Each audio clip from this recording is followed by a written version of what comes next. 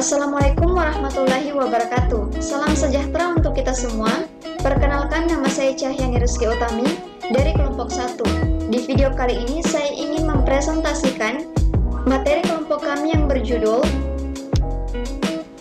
Perkembangan Individu dari mata kuliah Psikologi Pendidikan.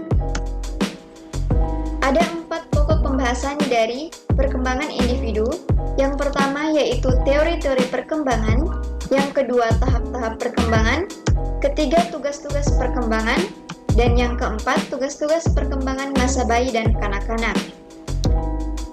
Oke, pembahasan yang pertama yaitu mengenai teori-teori perkembangan. Pertama, kita akan membahas mengenai pengertian dari perkembangan. Nah, perkembangan merupakan perubahan kualitatif yang tidak dapat diukur secara kuantitatif. Perkembangan juga dapat diartikan sebagai perubahan tingkah laku. Adapun teori perkembangan menurut para ahli, yang pertama menurut Arnold Geisel. Pandangan teori Geisel disebut sebagai model maturasi karena Geisel yakin bahwa perubahan terpenting bagi pertumbuhan dan perkembangan organisme manusia adalah faktor biologi. Kemudian menurut Robert Havik-Hurst, perkembangan terbagi menjadi beberapa tahap. Yang pertama, pada masa bayi dan awal masa kanak-kanak. Yang kedua, pertengahan masa. Yang ketiga, masa remaja. Yang keempat, awal dewasa. Yang kelima, usia pertengahan. Dan yang keenam, yaitu akhir masa dewasa. Kemudian menurut Jean Piaget, perkembangan itu merupakan di mana anak menjalani urutan yang sudah pasti dari tahap-tahap perkembangan kognitif. Pada teori ini, anak diprediksi memiliki kematangan secara kuantitas maupun kualitas berdasarkan tahapan-tahapan yang dilaluinya. Perkembangan kognitif pada satu tahap merupakan lanjutan dari perkembangan kognitif tahap sebelumnya.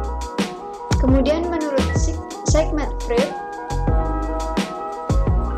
perkembangan itu merupakan salah satu teori besar perkembangan anak yang paling terkenal. Menurut teori psikoseksual Freud, perkembangan anak terjadi dalam serangkaian tahap yang berfokus pada area kesenangan tubuh berbeda. Setiap tahap, anak menghadapi konflik yang memainkan peran penting dalam perkembangannya. Kemudian menurut Erikson menyatakan bahwa pertumbuhan manusia berjalan sesuai prinsip epigenetik yang menyatakan bahwa kepribadian manusia berjalan menurut 8 tahap. Berkembangnya manusia dari satu tahap ke tahap berikutnya ditentukan oleh keberhasilannya atau ketidakberhasilannya dalam menempuh tahap sebelumnya.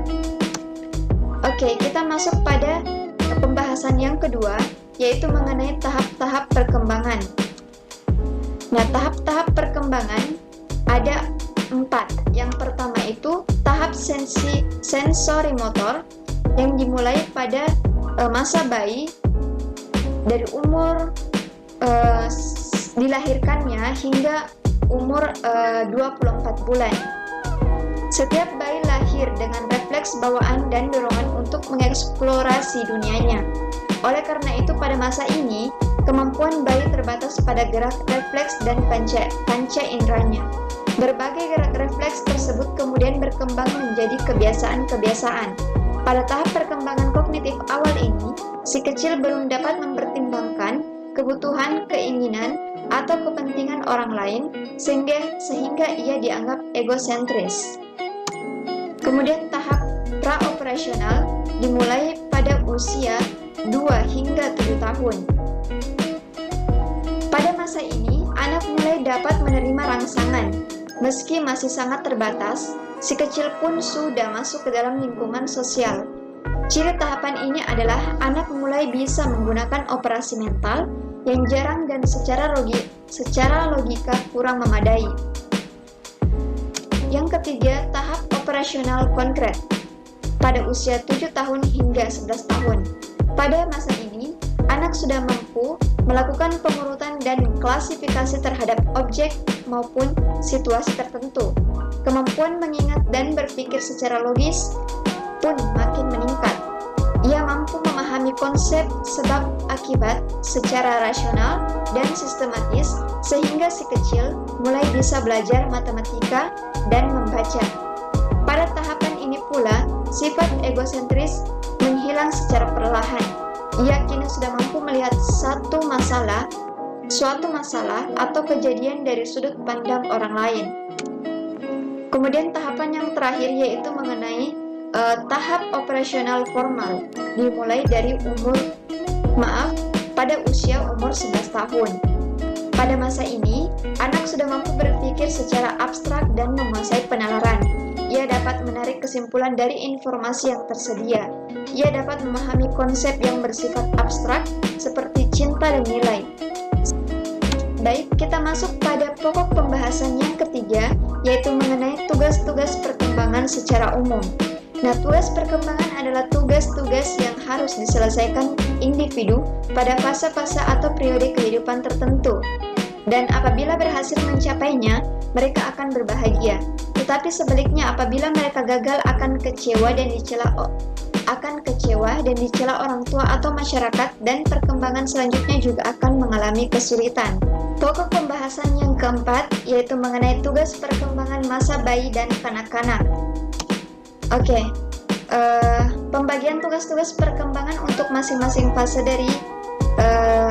di masa bayi dan kanak-kanak itu yang dikemukakan oleh Hedwig Hirsch itu di mana pada masa bayi dan anak-anak ini mereka sudah belajar berjalan, belajar makan makanan padat, belajar berbicara, belajar mengendalikan pembuangan kotoran tubuh, belajar membentuk pengertian sederhana tentang realitas fisik dan sosial, belajar kontak perasaan dengan orang tua, keluarga, dan orang lain, dan yang terakhir yaitu belajar mengetahui mana yang benar dan yang salah, serta mengembangkan kata hati. Sekian dari presentasi yang saya paparkan mengenai perkembangan individu. Semoga video ini dapat bermanfaat. Terima kasih. Wassalamualaikum warahmatullahi wabarakatuh.